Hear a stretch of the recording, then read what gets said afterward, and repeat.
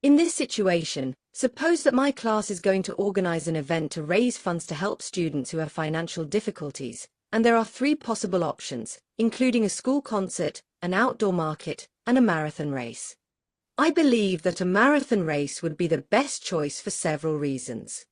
To commence with, a marathon race is a healthy and exciting activity that many students and even teachers can join. Indeed, it helps bring people together while promoting fitness and a good cause.